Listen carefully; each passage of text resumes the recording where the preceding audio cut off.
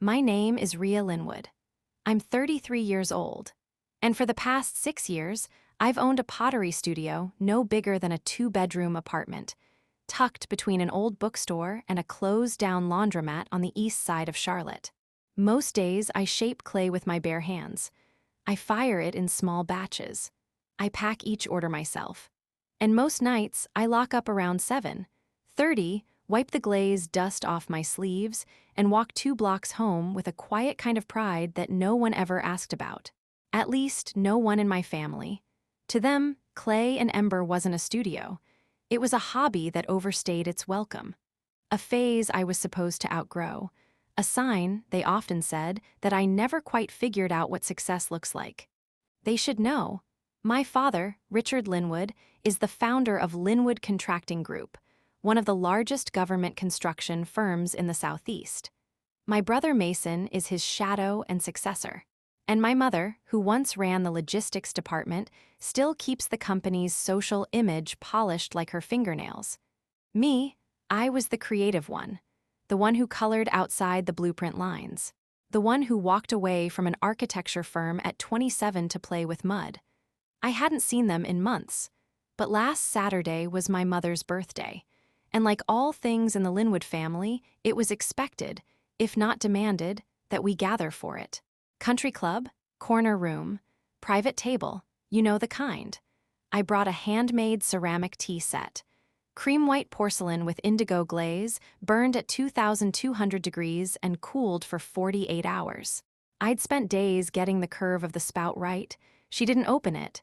She smiled, thinly, and placed the box beside her untouched risotto. "I hope you didn't spend too much time on this," she said lightly. "I heard handcrafting can be so time-consuming." Mason chuckled. "Well, Rhea's got time. All she does is spin dirt into dishes." My father didn't laugh, but he didn't stop him either. Instead, he turned to me, fork poised midair, and said, "Actually, we've been meaning to talk to you. Something serious." I raised an eyebrow.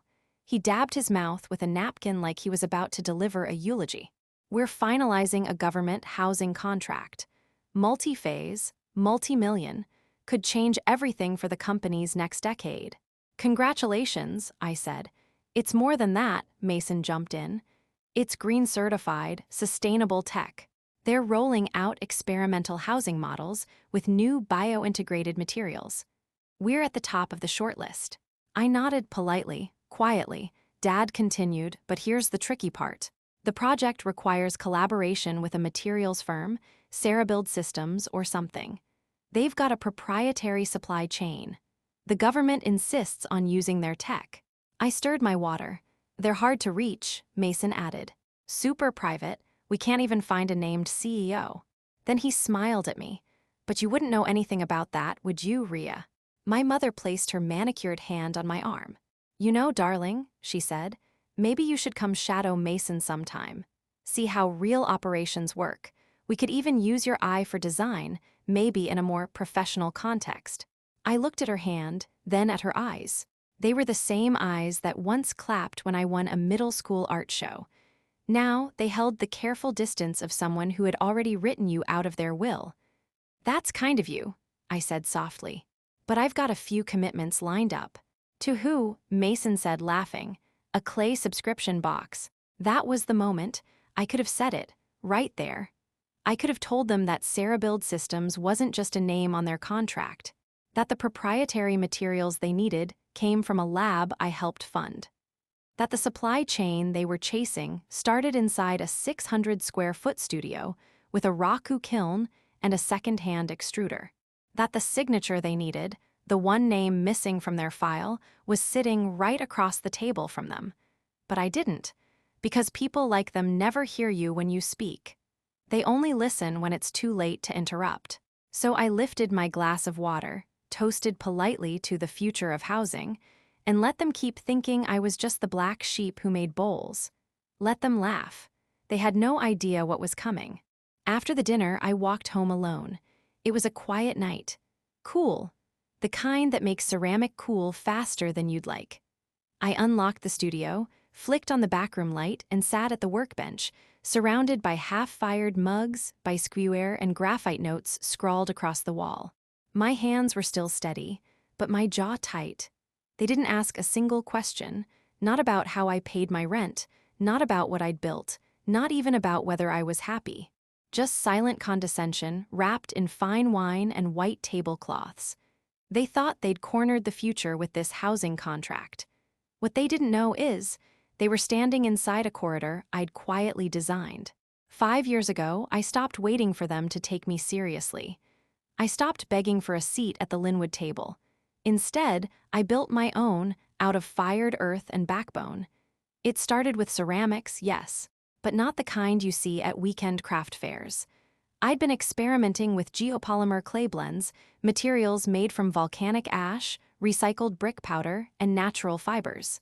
They were light, durable, and when reinforced properly, they could be stronger than concrete. I began documenting my formulations, publishing small white papers under a pseudonym, collaborating anonymously with a research team out of Oregon who was studying bioceramic applications in modular housing. Together, we developed what we called Sierra Strata, a paneling system that could be 3D printed into housing shells. Sustainable, fire-resistant, cheap, and fully off-grid compatible. When we went to patent, I used a shell company to file. Northwell Holdings. Owned by me, managed quietly by a legal team that never once linked the name Rhea Linwood to its structure. Northwell then launched Cerabuild Systems as its public-facing entity. We stayed small, precise, invisible by design. I didn't want media attention. I wanted leverage. And last year, when the U.S. Department of Housing launched its Green Structures Initiative, Cerabuild was one of only 3 firms certified to supply structural panels for the program. That same program, my father and brother were now desperately trying to tap into. Their bid was strong. Their reputation, powerful, but they missed one line in the RFP. All shortlisted construction vendors must obtain conditional partnership with Sierra Strata-certified materials providers. That's us, and more specifically, me. They never connected the dots. Because to them, I was just their daughter with clay under her nails. They didn't know I had engineers on payroll. Didn't know I held 6 patents under my holding company. Didn't know I'd spent nights in industrial labs while they assumed I was just glazing flower pots. My studio, the one they mocked, was more than an artistic outlet. It was my materials test site. Every time I tested a new formula, I shaped it into something beautiful, something sellable. Every time a customer held one of my bowls, they were unknowingly touching the prototype of a building block. Real estate developers started asking questions, then universities, then government researchers. I gave just enough information to pass inspection, but never enough for imitation. Cerabuild became indispensable, quietly, strategically, without a press release or billboard. Because real power doesn't come from being seen. It comes from knowing when to be invisible until being seen becomes inevitable. Last Monday, my assistant Jenna forwarded an email from Linwood Contracting's project liaison. They wanted to initiate technical discussions with Cerabuild Systems and requested an expedited compliance call with the CEO. Jenna asked me if I wanted to take the meeting. I told her yes, but not yet. First, I needed to prepare something else, something they wouldn't see coming, so I opened the client portal, pulled their proposal from the government bid. Read every line Mason probably hadn't. They wanted modular deployment in 6 southeastern counties, estimated 300 units, projected timeline 18 months. But here's what caught my eye. Cerabuild reserves the right to deny technical licensing for projects with a record of environmental noncompliance or worker safety violations. And Linwood Contracting had both. I leaned back in my chair. The studio was quiet, but my mind was. They thought I was behind, out of the game, out of their league, but the truth is I never played their game. I built a different one. And now they were trying to win inside a system they didn't even realize I had designed. That's the thing about clay. People think it's soft, but when you know how to shape it, how to temper it, it becomes something that can withstand fire. Just like me. 3 days later, I arrived at the Northwell Holdings executive floor at 8, 52 a.m. I wasn't late. I just liked walking in when the room had already been arranged for someone else. They were early, of course. Linwood Contracting always believed in punctuality when it made them look powerful. Mason had his tablet open, flipping through slides he probably didn't understand. My father stood near the window, talking about leverage points and structural buy-in. My mother was seated, legs crossed, bracelet tapping gently against the table. Her public face was on. None of them saw me yet. The glass was one way. I watched them for a moment. It was surreal seeing them on my floor, in my space, using my oxygen. Sarah, my assistant, entered first. "Good morning," she said warmly. "The CEO will join you shortly." Mason barely looked up. My father muttered something about, "Let's keep it quick." And my mother smiled, that same strained smile she wore at charity galas. Then I stepped in. Not in an apron, not with clay on my sleeves, but in a tailored suit the color of scorched earth, stitched from the same patience I'd fired every bowl with. The air shifted. Mason blinked twice. My mother's smile vanished. My father's mouth opened, then closed, like a man realizing the bridge he burned was still smoldering behind him. "Rhea," my mother said first. Quiet, disoriented, my father straightened. "This is a restricted meeting." I walked calmly to the head of the table and set down my briefcase. "I'm aware," I said, unclipping the case. "That's why I'm here." Sarah began distributing printed folders across the table, Sarahbuild's revised partnership terms. Mason tried to recover. Wait, you work here." I looked him in the eye. "I founded this company, I own it. I've been the CEO of Sarahbuild Systems for 5 years. The silence after that wasn't just awkward, it was surgical. The kind of silence that cuts. My father leaned forward slowly. "You're saying all this time?" "Yes," I said. "While you were laughing at my mud shop. I was patenting material compositions, developing supply lines, and licensing technology to the very agency you're trying to impress." Mason dropped his stylus. My mother whispered, "But the studio is real," I interrupted. "It's my sanctuary. It's where the formulas started. Every bowl you ignored was a prototype." My father's face hardened. "This feels vindictive." I smiled, but only slightly. "No, this is business. You need my materials. I have a duty to vet who uses them. I've reviewed your project record, labor practices, and environmental compliance history." I tapped the document in front of him. The findings were underwhelming. Mason stood up, flustered. "You're seriously blocking us over some old reports? This project is bigger than personal grudges." "This isn't personal," I replied. "This is structural integrity, yours and mine." My father spoke next, his voice lower now. "So what do you want?" I turned the next page. "Sarahbuild will approve your project under 3 conditions. 1. Restructure your site management team. You've had 3 safety violations in the last 18 months. 2. All subcontractors must undergo environmental compliance training. Non-negotiable. And 3. Linwood Contracting must publicly acknowledge Sarahbuild as sole material provider for the project, across all bids and press coverage." Mason scoffed, "You're joking." I didn't answer. My father picked up the packet, his hands were slower now. "These terms are excessive," he muttered. "They're overdue," I said softly.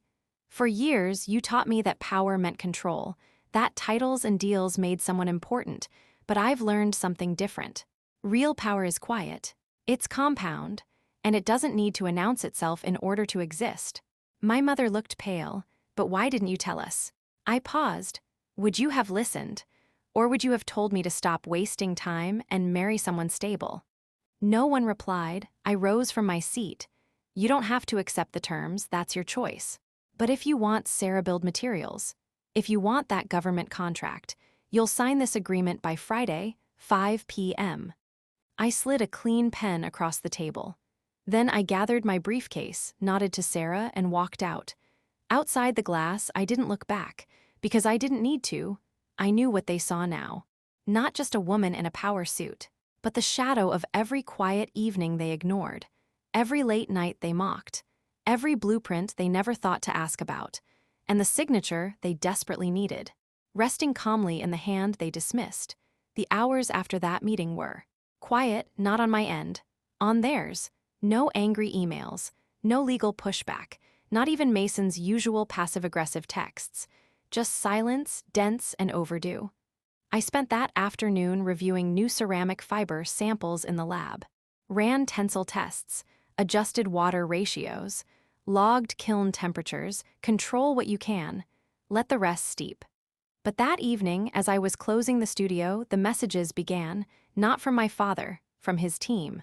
Phrases like willing to discuss revisions, requesting clarification on environmental clauses, and considering your proposal. All circled around the same thing. They weren't walking away. They couldn't. The contract depended on my signature. The next morning, I arrived early to Clay and Ember, my pottery studio, the one they called a closet with mud. The front window caught the rising sun just right. My shelves were stocked. Each piece sat in quiet defiance of every comment they'd ever made about failure. At 9:17 a.m., the bell above the door chimed. I turned, expecting a customer, but it was my mother. She stepped in slowly, wearing flats instead of heels. No makeup, no gold jewelry, just a canvas coat and unsure hands. "Good morning," I said, without surprise. She looked around like she'd never truly seen the place before. Ran her fingers along the edge of a raw stoneware platter. "I didn't know you fired at Cone 10, she said softly. I raised an eyebrow. "You Googled that." She smiled, tired, not mocking. "Your father's been reading your proposal, the white one. The one about phase change ceramics. Thermal regulating panels," I corrected. "Low carbon footprint, ideal for high humidity zones." She nodded. "He said it was impressive, that it solves a problem they've been ignoring for years." I kept working, smoothing the rim of a clay bowl. She sat down in the corner chair, the one no family member had ever occupied. Then she said the sentence I never expected to hear. "We failed you, didn't we?" I paused, not out of emotion, but to consider whether it was finally safe to answer truthfully. "You didn't fail me," I said. "You just never saw me." She looked up. "You saw what I was, what I didn't become. Not the designs I submitted that got shelved. Not the sustainability reports I drafted that no one read. Not the work. Not the waiting. Not the fire I went through to keep believing in something you couldn't name." She was silent. Then she whispered, "We thought you were hiding." "I was," I replied. "But not from you, from the noise, from being reduced to a bullet point on someone else's timeline." That Friday, 4:42 p.m., the restructuring agreement arrived in my inbox. Signed, initialed, stamped. My father's name was on it, but not at the top. He had stepped down to an advisory role.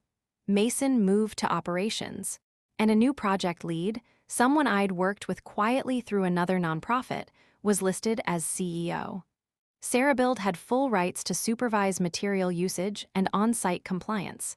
I scanned each page. No tricks, no edits. At the bottom of the final page, there was a handwritten note. "You built something stronger than we ever did. We see that now." Rhea Linwood. I sat there for a long time, not smiling, just breathing, not because I'd won, but because, for the first time, they didn't try to take the win from me. 3 days later, Mason texted. Just a sentence. "What kind of clay do you use for those flat panels?" I replied, "Depends. Do you want something decorative or something load-bearing?" He didn't answer right away, but later that week he showed up at the studio. No entourage, no pretense. He didn't speak for the first 10 minutes, just watched me work. Then he picked up a trowel and asked, "Can you show me how to center it?" And so I did, slowly, quietly, because sometimes centering clay is easier than centering a relationship, but both require pressure in the right places and the willingness to start again. 6 weeks later, the contract broke ground, not on paper, on soil, in a former floodplain in northern Georgia where traditional materials would have failed within a year. Now, thanks to Cerebuild's bioceramic foundation system, it wouldn't. I didn't attend the ribbon cutting, but I saw the photos. Mason in a clean button-down, standing beside the new project lead. My father in the back, hands clasped, smile contained. And on the banner behind them, under the Linwood logo, was ours. Cerebuild Systems, innovating the earth beneath us. I didn't need to be in the photo. The materials would speak for themselves. That Friday, I closed the studio early. Not for a client meeting, not for a supplier call, but for something much quieter. I set the table. 6 chairs, handmade ceramic plates, matte charcoal with a spiral glaze, low lighting. 2 candles, takeout containers hidden inside neutral-toned clay bowls to make it all feel warmer. At 7:12 p.m., the doorbell chimed. My mother arrived first, with a bottle of wine and no advice. Mason followed, no tablet, no slides, just him. My father came last, not in a blazer, but in a plain shirt with the sleeves slightly rolled. I'd never seen him so human. "Smells like chamomile in here," he said, scanning the room. "It's infused in the candles," I replied. "Pottery absorbs scent when it cures, everything leaves a trace." He nodded slowly, as if that meant more than it should. Dinner wasn't fancy. Roasted vegetables, flatbread, a lentil stew that was too thick, but no one complained. We ate in silence for the first 5 minutes, not uncomfortable, just cautious. Like people entering a space they were never invited to before and trying not to knock anything over. Then, as the dishes cleared and the wine softened their edges, I stood up. "I made something for each of you," I said, walking to the back shelf. 3 small boxes, wrapped in thick, unbleached paper, tied with linen string. I handed them out one by one. To Mason, a ceramic brick stamped with the new Linwood Build logo. On the side, engraved in fine lines, "Build it better this time." He turned it in his hand, then looked up, eyes unreadable but softer than before. To my mother, a porcelain bracelet, smooth as glass, inlaid with fragments of green stoneware.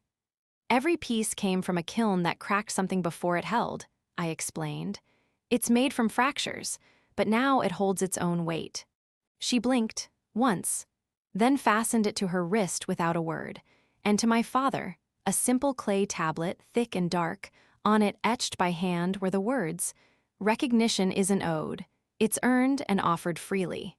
He held it for a long time, then set it down beside his plate like it belonged there. No one apologized, not directly, but apologies, I've learned, don't always arrive in sentences. Sometimes they show up in the way someone listens, in how long they sit in silence without filling it with excuses. That night, they stayed past 10. We drank the wine, laughed gently about old things, and didn't bring up contracts once. As they left, my father turned at the door. He looked at the studio, then at me. "You know," he said, "I used to think success came from taking control of things." I tilted my head, and now, he smiled. "Now I think maybe it's about knowing when not to." After they were gone, I blew out the candles, stacked the plates, washed each one by hand, slowly. Then I walked into the back room of the studio, where new samples waited to be tested. Clay from a riverbank I'd never used before.